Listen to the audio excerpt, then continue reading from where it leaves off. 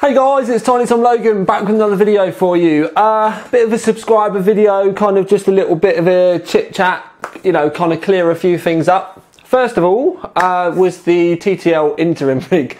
A few of you said that I was a little bit harsh on Straubs. And I'm not sure that many of you might understand the way things work with kind of me and him and apprentices. He's actually sat there by the side of the camera now, literally with a grin about this big. We basically we do have that kind of like love-hate relationship where he loves me, I hate him. It's quite simple. Now, honestly, basically the way things work, especially in Britain with your apprentices, because that's what he is. He's like my apprentice. He comes in a few days a week, and I basically let him play with like the hardware and stuff. He helps me out. He does a bit of gaming. I sort him out with a few bits of hardware. He thinks I don't notice the amount of hardware that kind of disappears and then... No, I'm joking. I do lend him hardware. Obviously, I lent him the Mars and stuff like that. But it's more that he gets to come here and kind of gets to help out and gets to play with a lot of the kit that, let's face it, a lot of you guys would love to get the opportunity to play with as well. So I kind of enable him to come and have a bit of fun with stuff. And then he helps me by, you know, making the odd video with me, doing gaming, and like, basically flat packing boxes and stuff for me to take out. So it kind of balances itself out quite nicely.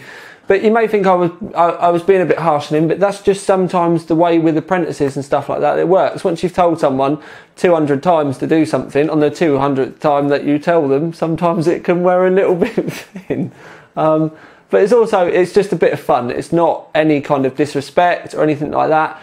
He's, like I said, by the side of the camera, grinning like a Cheshire cat at the moment. It's not anything for you to worry about. He's not being abused in any way. You've not got to call child services just yet, but give it another month and we'll look at it again.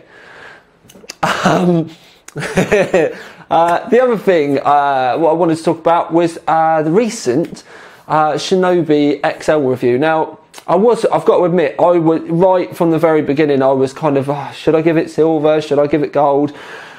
And I was a bit woo this way, a bit woo that way. And last time I gave something silver was like the Elysium. I think the Elysium was in a much worse state technically than the Shinobi though. People kept saying I was harsh, so I was a little bit more gracing with this one.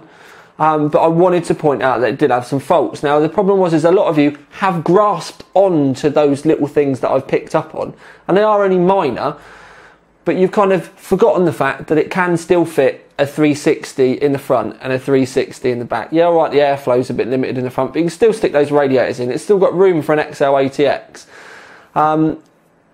It does tick a lot of boxes. You are going to be able to get a window for it. You are going to be able to mod the outside. Some people prefer a kind of more sleek, kind of subtle looking case than a plasticky, shiny, modern looking one. So there's trade-offs for everything. I do honestly think for the £120 that it is available for, it's a gold worthy case. As long as you pick the right radiators to go in the right places.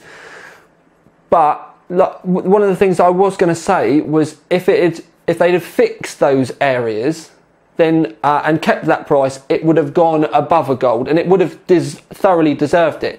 But if they fixed the issues that I'd said about, if they then still charged like £150 or £160, even with that extra price, I still would have given it gold, maybe considering going that little bit further, because everything would have been ticked off. So that's that. Another thing is a lot of people have started to say, everything gets gold or silver on the YouTube channel.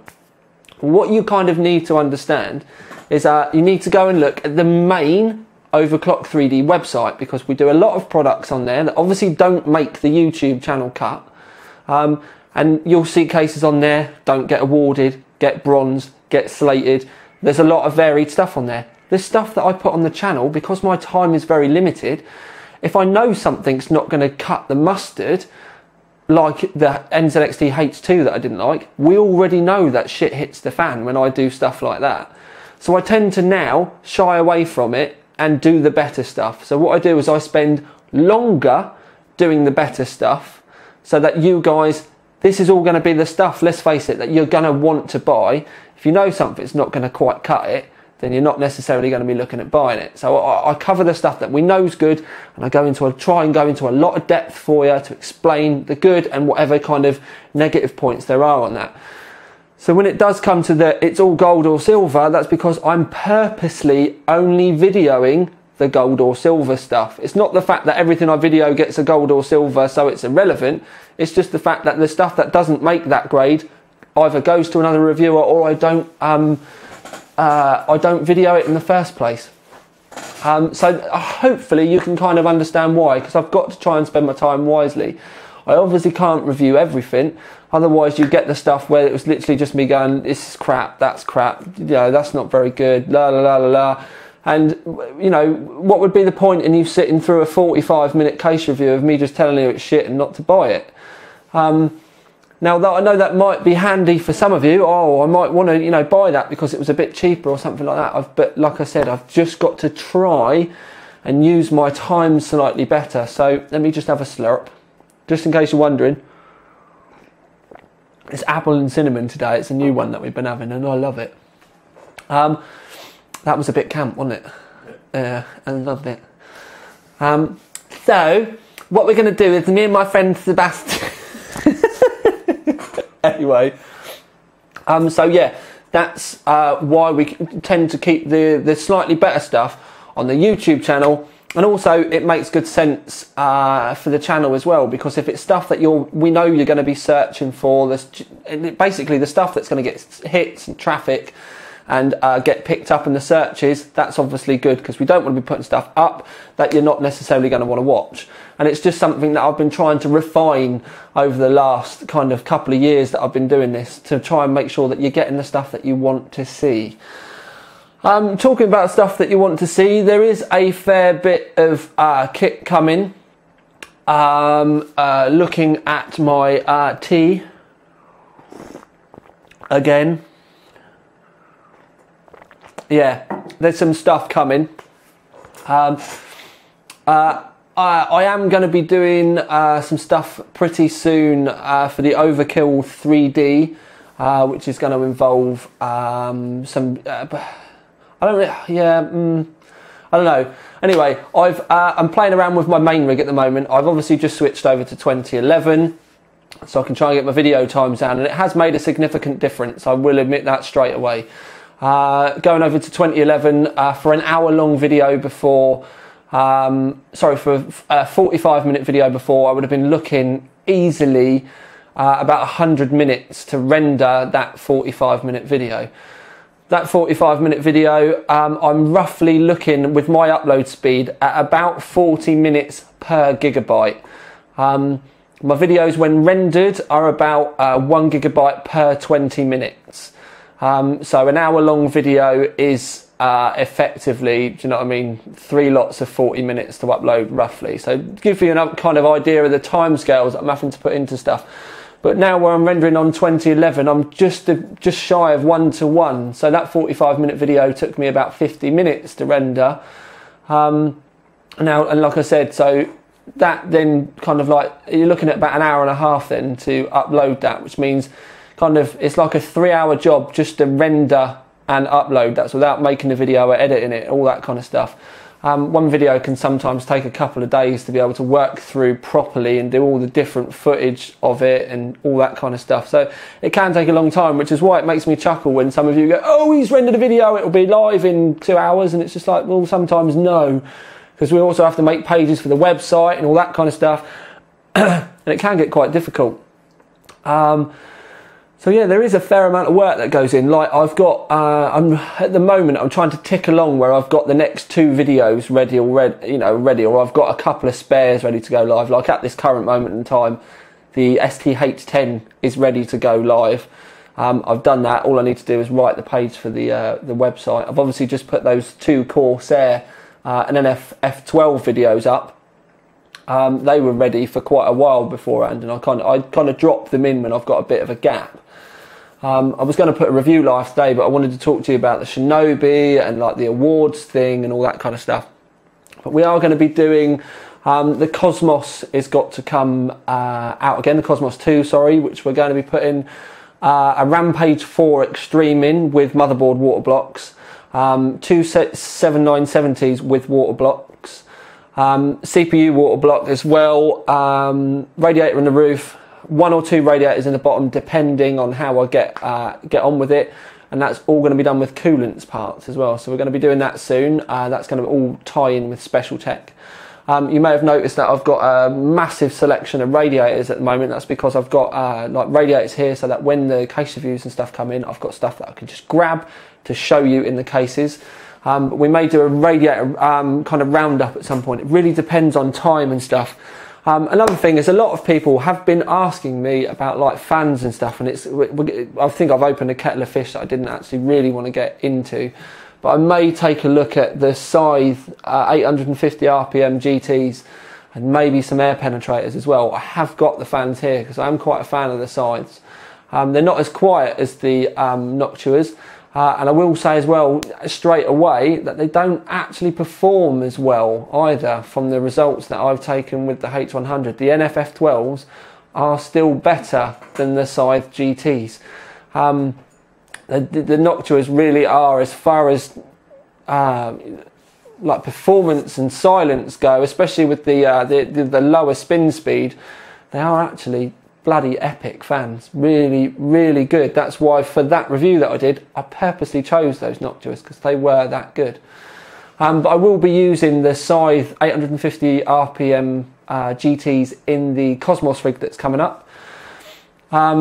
So yeah, they're going to be going in there. Other things that we're going to be doing, I'm going to be, obviously I've got the interim rig. Now the name of the interim rig was a little bit of a hint. I don't know what's going on with Orca at the moment. We've had some problems with the case where it got sent to get wrapped, and that's a long story. But anyway, the interim rig will do me until we get on to the next one. I may even end up doing something completely different. I've got some options available to me at the moment. It's also something that I'm thinking about doing because obviously I've got a few shows to attend this year and take part with this year. That my main rig, as it was, may end up coming to the shows with me, so you've got something to go and have a look at.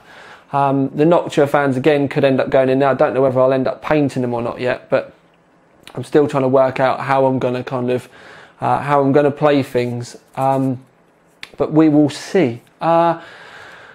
People keep asking me about doing a live web feed or a live chat where we can arrange stuff. Now, one thing I will say is this is something that keeps coming up now, and I am considering doing it for you. If there's going to be enough interest, I'll do it. Obviously, I don't want to do a live web feed and there'll only be 10 people asking me questions, but if there are enough people doing it, we'll put some time into finding out the best way. I'm open to options underneath.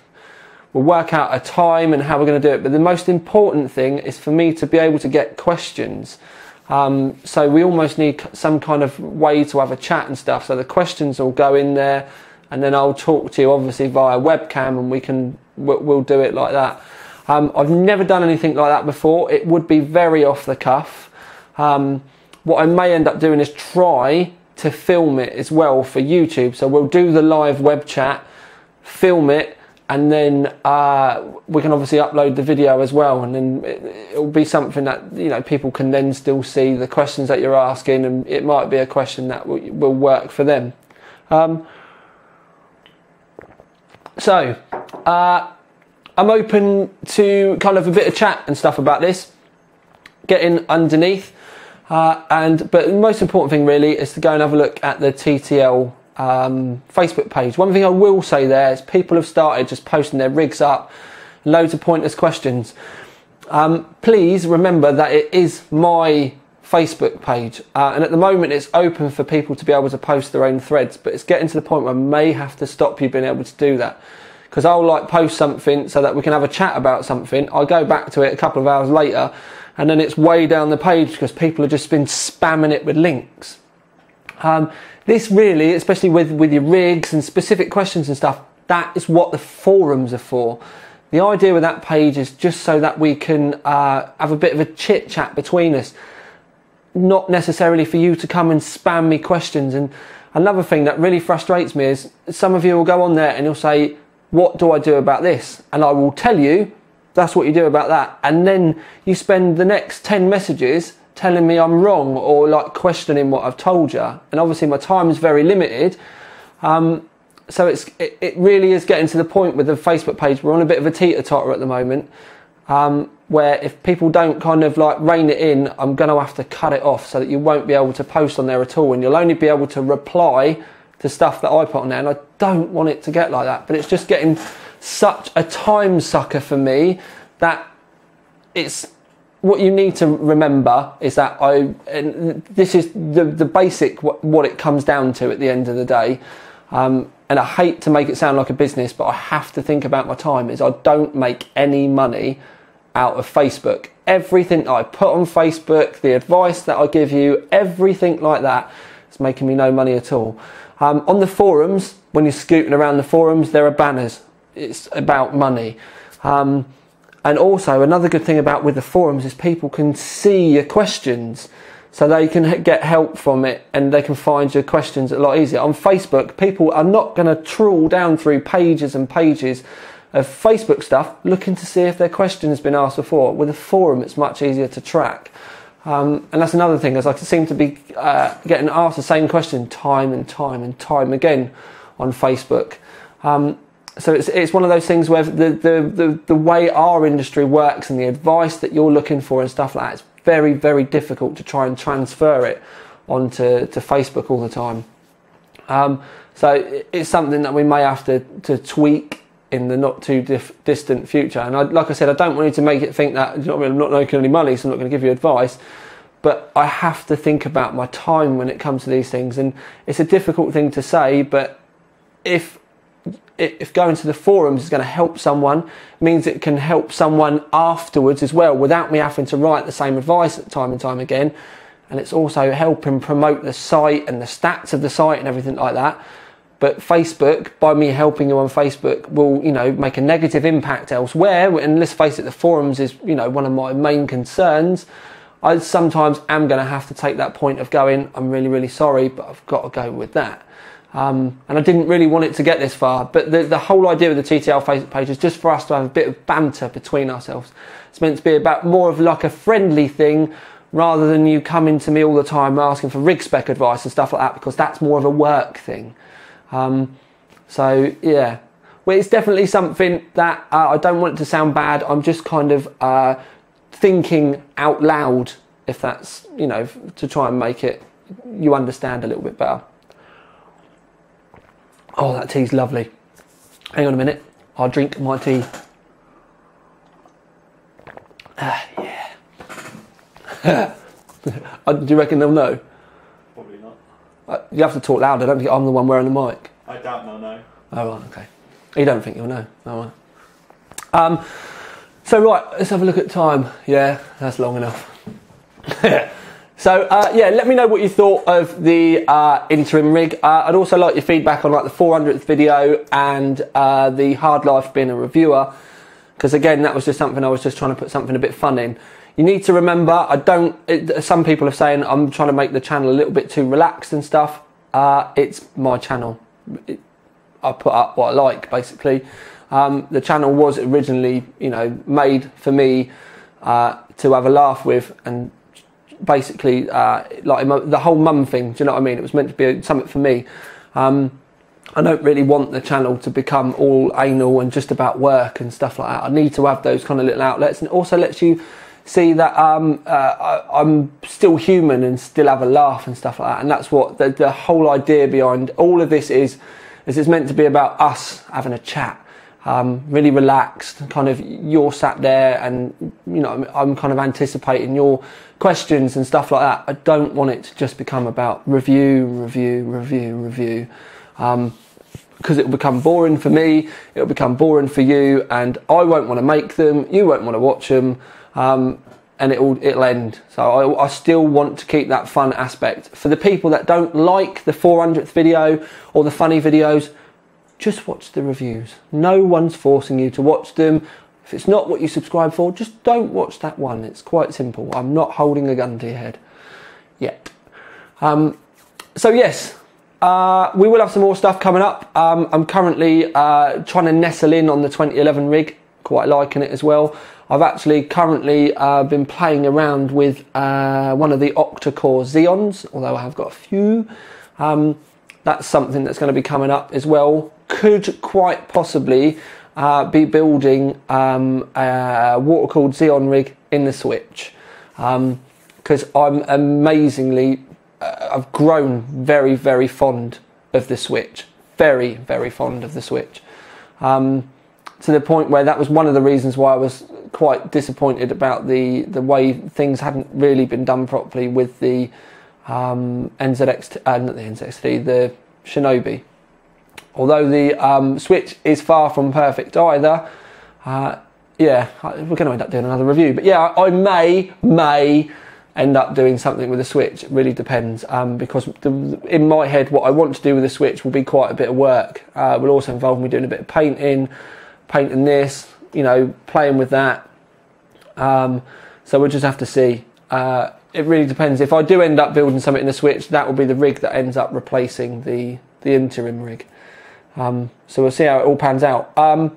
Yeah, let me know what you think. Get in the comments underneath. As always, I read every single comment because I get emails from YouTube. May not answer to them all, but I always read them. It's getting difficult for me to answer every question lately because it's the amount of work that's having to go to all the questions is a bit daft.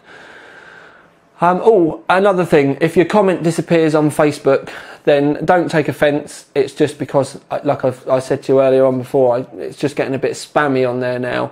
And it's not necessarily that I don't think your rig's good enough or anything like that. It's just I'm just trying to keep it clear. But we'll just have to see how that evolves at a later date. But I'm going to love you and leave you now. I'm going to drink my tea.